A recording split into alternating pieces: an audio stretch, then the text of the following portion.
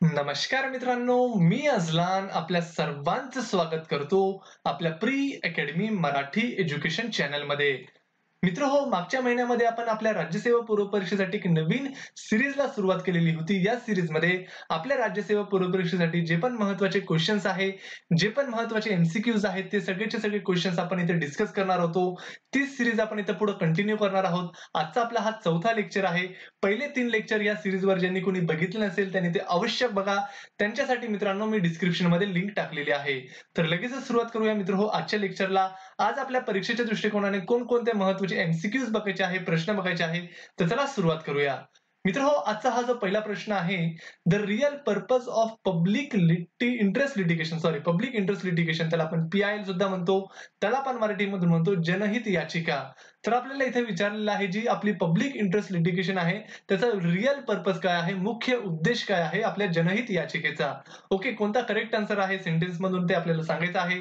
पहिला सेंटेन्स असा आहे, maintain the rule of law. मित्रांनो, खूप महत्वाचा हा जनहित याचिकेचा पर्पज आहे. Maintain the rule of law म्हणजे आपला हा पहिला बरोबर आहे. दुसरा असा आहे, फॅसिलिटेट म्हणजे एक प्रकारचं सुविधा देणे, easily accessible, effective access to. Okay, तर डबल टू झाला, माफ करा, to the socially and economically weaker section of society. आपल्या सोसायटीमध्ये जे पण सोशली आणि इकॉनॉमिकली वीकर सेक्शन आहे त्यांना ते योग्य त्या सुविधा प्रोव्हाइड करणे, हेही महत्वाचा पर्पज आहे. दुसरंही बरोबर आहे. तिसरं आपल्याला सांगितलेलं आहे, accelerate the peace and realisation of fundamental rights. जे आपले नागरिक असतात त्यांचा जो फंडामेंटल राईट्स आहे, मूलभूत अधिकार आहे, ते त्यांना रिअलाइज करून देणे, हा एक महत्वाचा उद्देश आहे, हा एक महत्वाचा पर्पज आहे जनहित याचिकेचा, फंडामेंटल राईट्स. ओके, तर तिन्ही आपले बरोबर आहे मित्रांनो, म्हणून आपला डी ऑप्शन हा बरोबर आहे. 1, 2, 3. ओके, लक्षात आले मित्रांनो पब्लिक इंटरेस्ट लिटिगेशन. नेक्स्ट प्रश्न बघूया. Consider the following statement. Turkey हा जो देश आहे is a presently member of NATO. Okay, but not the of European member. मित्रांनो, टर्की हा सध्या नाटोचा मेंबर आहे परंतु युरोपियन युनियनचा मेंबर नाही. ओके, बरोबर आहे मित्रांनो. दुसरा आहे, सिरिया हा जो देश आहे, share its border with Turkey and Saudi Arabia. मित्रांनो, जर आपण मॅपिंग लक्षात आलं की सिरिया हा टर्की सोबत आपली बॉर्डर शेअर करतो परंतु सौदी अरेबिया सोबत शेअर करत नाही, ओके, म्हणून आपला हा पहिला बरोबर आहे. Turkey is a presently member of NATO but not the member of European union. Okay, म्हणून आपला हा पहिला बरोबर आहे. ओनली 1. ओके, मॅप थोडा आपण बघून घ्या. सिरियाचा हा बघा, हा कंट्रीचा त्याचा मॅप आहे.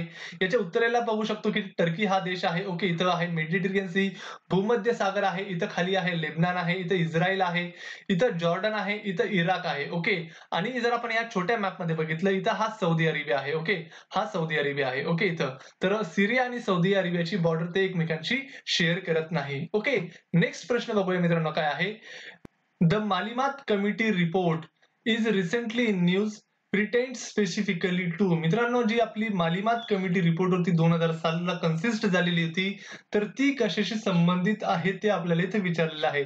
नुकतंच न्यूज मध्ये आहे मित्रांनो, आपण बघूया ऑप्शन्स काय आहे. Prudent fiscal policy and fiscal discipline framework. Okay, framework in a criminal justice system. तिसरा आहे, analysis of Kargil conflict in 1999. आणि चौथा आहे, enhancing accountability and transparency of the judiciary. मित्रांनो, जर आपल्याला मालिमात कमिटी तुम्ही वाचली असेल तर ती reforms in a criminal justice system याच्याशी संबंधित आहे. ओके, आता सरकार ह्या रिपोर्टनी जी शिफारसी दिलेल्या होत्या त्या शिफारसीवर विचार करायचा ठरवलेला आहे सरकारने. तर लक्षात घ्या, जी मालिमात कमिटी रिपोर्ट आहे ती क्रिमिनल जस्टिस सिस्टीम याच्यावर संबंधित आहे, याच्याशी आधारित आहे. ओके, नेक्स्ट न्यूज बघूया. Consider the following statement regarding the Rajya Sabha. राज्यसभेबद्दल कोणते स्टेटमेंट बरोबर आहे ते आपल्याला इथं सांगायचे आहे. Okay, the house has maximum 245 members. आपल्या राज्यसभाचे जे मॅक्झिमम मेंबर असतात, जास्तीत जास्त 245 असतात. बरोबर आहे का? नाही मित्रांनो. ओके, आपली जी राज्यसभा आहे त्याची मॅक्झिमम मेंबरची स्ट्रेंथ आहे 250. ओके, लक्षात ठेवा, 250 मेंबर्स आपल्या राज्यसभेचे मॅक्झिमम, जास्तीत जास्त विचारलेलं आहे इथं. ओके, आता सध्या ऍट प्रेझेंट म्हणजे सध्याच्या स्थितीला, वर्तमानला आपल्या राज्यसभेमध्ये 245 मेंबर्स आहेत. तुम्ही कन्फ्युज होऊ शकतात म्हणून प्रश्न विचारलेला आहे. मॅक्झिमम इथे विचारलेला होता की मॅक्झिमम किती असू शकतात, तर 250, 245 नाही. तर आपला हा ए चुकीचा आहे. ओके, पहिला चुकीचा आहे. दुसरा आहे 12 members are nominated by president for their expertise in a specific fields. बरोबर आहे. जे आपले राष्ट्रपती असतात ते 12 मेंबर्स नॉमिनेट करत असतात वेगवेगळ्या स्पेशलिस्ट फील्ड मधून. ओके, जसे आपण बघू शकतो की आपले जे सचिन तेंडुलकर आहे ते स्पोर्ट्स सेक्शन मधून गेलेले आहे. मेरी कॉम जे आहे तेही स्पोर्ट्स मधून गेलेले आहे. नंतर आपले फिल्म इंडस्ट्री मधून रेखा आहे, ते रेखाजी जे आपले आहे तर तेही गेलेले आहे. ओके, तर 12 मेंबर्स असे प्रेसिडेंट नॉमिनेट करत असतात. ओके, आता सध्या स्थितीला मित्रांनो 245 मेंबर आपल्या राज्यसभेमध्ये आहे. त्याच्यामधून 233 मेंबर्स हे आपल्या वेगवेगळ्या राज्यामधून आलेले आहे आणि 12 जे मेंबर आहेत ते टोटल आपल्या जे वेगवेगळे फील्ड मधून आलेले आहे असे आहे 245 मेंबर्स. ओके, आणि नॉर्मली कसे असतात दिलेल्या संविधानामध्ये दिलेलं आहे 250 मेंबर मॅक्झिमम असू शकतात, 238 मेंबर्स ओके 238 हे वेगवेगळ्या राज्यामधून असणार आणि 12 मेंबर्स हे वेगवेगळ्या स्पेशल फील्ड मधून असतील. ओके, मग ते स्पोर्ट्स सेक्शन असेल, लिटरेचर मधून असतील, वेगवेगळ्या जे स्पेशलिस्ट असतील त्याच्यामधून. ओके, असे 250 आहे. ओके, आता सध्या 245 आहे. तिसरा असं दिलेला आहे मित्रांनो, unlike the Lok Sabha it can not be dissolve. बरोबर आहे मित्रांनो, लोकसभा ज्याप्रमाणे डिझॉल्व होते तशी राज्यसभा डिझॉल्व होत नाही. राज्यसभा ही एक स्थायी सभागृह आहे.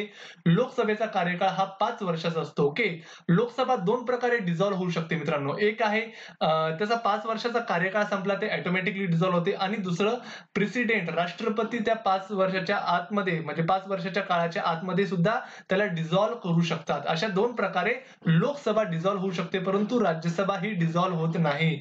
ओके, ती स्थायी सभागृह आहे. म्हणून आपला हा दुसरा आणि तिसरा बरोबर आहे. म्हणजे आपला सी बरोबर आहे, पहिला चुकीचा आहे. ओके, तर मॅक्झिमम विचारलेला आहे म्हणून आपलं चुकीला आहे. इथे जर ऍट प्रेझेंट असतं ना मित्रांनो तर हे ए ऑप्शन बरोबर असता. ओके, नेक्स्ट क्वेश्चन मित्रांनो आपला असा आहे, consider the following statement about government of India act 1935. 1935 चा जो गव्हर्नमेंट ऑफ इंडिया ऍक्ट आहे त्याचे सेंटेन्स कोणकोणते बरोबर आहे ते आपल्याला इथे ओळखायचं आहे. ओके, पहिला सेंटेन्स आपल्याला इथे दिलेला आहे, council of India was abolished by this act. Abolish केलं गेलं, रद्द केलं गेलं council of India. Council of India म्हणजे भारत परिषद. ओके, ही जी भारत परिषद आहे, काउन्सिल ऑफ इंडिया आहे, ती 1858 साली स्टॅब्लिश केली गेलेली होती. ओके, लक्षात घ्या, 1858 साली स्टॅब्लिश केली गेलेली होती. ह्या काउन्सिल ऑफ इंडियामध्ये एक सचिव, एक सेक्रेटरी होता आणि त्याच्या अंडर 15 सदस्य होते. त्या 15 सदस्यामध्ये जास्त हे ब्रिटिश होते आणि काही भारतीय होते. ओके, तर हे सगळे 15 एक सचिव आणि हे 15 मेंबर्स हे सगळे ब्रिटिश संसदेला रिस्पॉन्सिबल होते. ओके, तर हे अबॉलिश केलं गेलं 1935 च्या गव्हर्नमेंट ऑफ इंडिया ऍक्ट नुसार. ओके, तर आपला हा ए बरोबर आहे, पहिला बरोबर आहे. दुसरं काय आहे ते बघूया, it provide for establishment of federal court. Federal कोर्टचं एस्टॅब्लिशमेंटची तरतूद यामध्ये देण्यात आलेली होती, हेही बरोबर आहे मित्रांनो. तिसरं काय आहे ते बघूया, नो कॉन्फिडन्स मोशन, आपण त्याला अविश्वासाचा ठराव म्हणतो, come into existence bye this act. मित्रांनो, ह्या ऍक्ट द्वारे नो कॉन्फिडन्स मोशन एक्झिस्ट आलं. ओके, म्हणजे हे चुकीचं आहे मित्रांनो. ओके, नो कॉन्फिडन्स मोशन 1935 द्वारे आलेले नाही, म्हणून आपला हा तिसरा चुकीचा आहे. जर आपण ऑप्शन बघितलं तर हे चुकीचं आहे, आपलं सी सुद्धा चुकलं आणि डी सुद्धा चुकलं, म्हणून आपला उत्तर आहे बी. चौथा सुद्धा बरोबर आहे. चौथा एकदा बघून घ्या, it provide for establishment of a joint public service commission. Okay, किंवा जॉईंट पब्लिक कमिशन, जी आपली युपीएससी आहे मित्रांनो किंवा स्टेट सर्व्हिस कमिशन आहे, ते 1935 जी गव्हर्नमेंट ऑफ इंडिया ऍक्ट आहे त्याद्वारे स्टॅब्लिश केले गेलेलं आहे. ओके, जॉईंट पब्लिक कमिशन म्हणजे एक किंवा दोन राज्य मिळून हे पब्लिक कमिशन निवडत असतात. ओके, त्याला आपण जॉईंट पब्लिक कमिशन म्हणतो. तर आपला हा एक बरोबर आहे, दुसरं बरोबर आहे, चौथं बरोबर आहे, म्हणून आपला हा 1 2 4 बी बरोबर आहे. ओके, अशा प्रकारचं आहे नो कॉन्फिडन्स मोशन. मित्रांनो, जर आपण बघितलं आर्टिकल मध्ये संविधानामध्ये आर्टिकल 75 द्वारे आपल्याला सांगण्यात आलेलं आहे की the council of ministers shall be collectively responsible to the Lok Sabha. Okay, जे आपले लोकसभेची रूल बुक असते मित्रांनो, तसं 189 रूल जर आपण बघितलं त्याच्यामध्ये हे नो कॉन्फिडन्स मोशन डिस्क्राईब केलं गेलेलं आहे. ओके, नेक्स्ट क्वेश्चन बघूया काय आहे मित्रांनो, हु रोट द बुक, कोणी हे बुक लिहिलेलं आहे, the story of integration of the Indian states. Integration of the Indian states. Okay, कोणी हे पुस्तक लिहिलेलं आहे विचारलेलं आहे.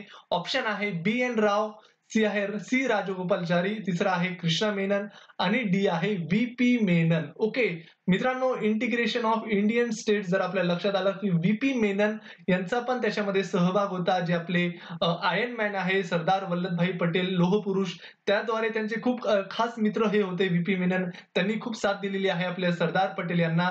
तर व्हीपी मेनन यांचा हा पुस्तक आहे the story of integration of Indian state. Okay, याचं उत्तर हे आहे. नेक्स्ट आपण बघूया मित्रांनो, consider the following statement regarding the parliamentary committees. Parliamentary कमिटीजचं कोणतं स्टेटमेंट इथं बरोबर आहे ते आपल्याला सांगायचं आहे. Okay, ad hoc committee. Ad hoc committee म्हणजे मित्रांनो तात्पुरती कमिटी. ओके, म्हणजे एखादा इश्यू जर आला असेल तर ते तात्पुरतेसाठी ती समिती ती कमिटी बसवली जाते आणि तर तो इश्यू जर सॉल्व्ह झाला तर ती जी कमिटी आहे ती डिझॉल्व्ह होते. ओके, इथे विचारलेलं आहे ad hoc committee are appointed for a specific purpose and they cease म्हणजे एक प्रकारे थांबवणे. Okay, cease to exist when they finish the task assigned to them and submit the report. Okay, बरोबर आहे.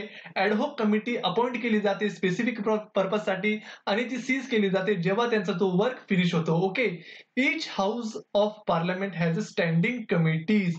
मित्रांनो, इच हाऊस म्हणजे इथे विचारलेलं आहे की राज्यसभा आणि लोकसभा तर दोघांसाठी स्टँडिंग कमिटी असतात. तर हेही बरोबर आहे मित्रांनो, बोथ आर करेक्ट. आपलं उत्तर आहे बोथ आर करेक्ट. ओके, तर ॲडहॉक कमिटी जर आपण बघितलं, ॲडहॉक कमिटी तात्पुरती समिती तात्पुरती काळासाठी असते आणि ही जी स्टँडिंग कमिटी असते ती कायमस्वरूपी असते. ओके, त्याला आपण स्थायी समिती म्हणतो. दरवर्षी त्याची इस्टॅब्लिशमेंट होत असते. ओके, तुमच्यासाठी मित्रांनो आजचा हा आपला शेवटचा प्रश्न तुमच्यासाठी आहे. लेमडेक सेशन म्हणजे काय? ओके, लेमडेक सेशन कधी केलं जातं आणि लेमडेक सेशन म्हणजे काय? तुम्ही ते मला कमेंट बॉक्समध्ये नक्कीच सांगा. तुम्हाला लक्ष्मीकांत असेल किंवा रंजन कोळंबेचं राज्यशास्त्र असेल त्याच्यामध्ये तुम्हाला याचं उत्तर इझिली भेटून जाईल. तर थँक्यू सो मच मित्रांनो. जर तुम्हाला लेक्चर आवडलं असेल तर प्लीज लाईक करा. आवडलं नसेल तर डिसलाईक करा मित्रांनो. तुम्हाला काही सजेशन मला सांगायचे असतील, काही इम्प्रूव्हमेंट करायची असेल आपल्या व्हिडिओजमध्ये तर तुम्ही नक्कीच मला कमेंट करून सांगा. आपला हा व्हिडिओ जास्तीत जास्त शेअर करा आणि ज्यांनी कोणी आपलं हे चॅनल अजूनपर्यंत सबस्क्राईब केलं नसेल तर करून टाका मित्रांनो. प्री अकॅडमी एज्युकेशन चॅनलला पहिले सबस्क्राईब. थँक्यू.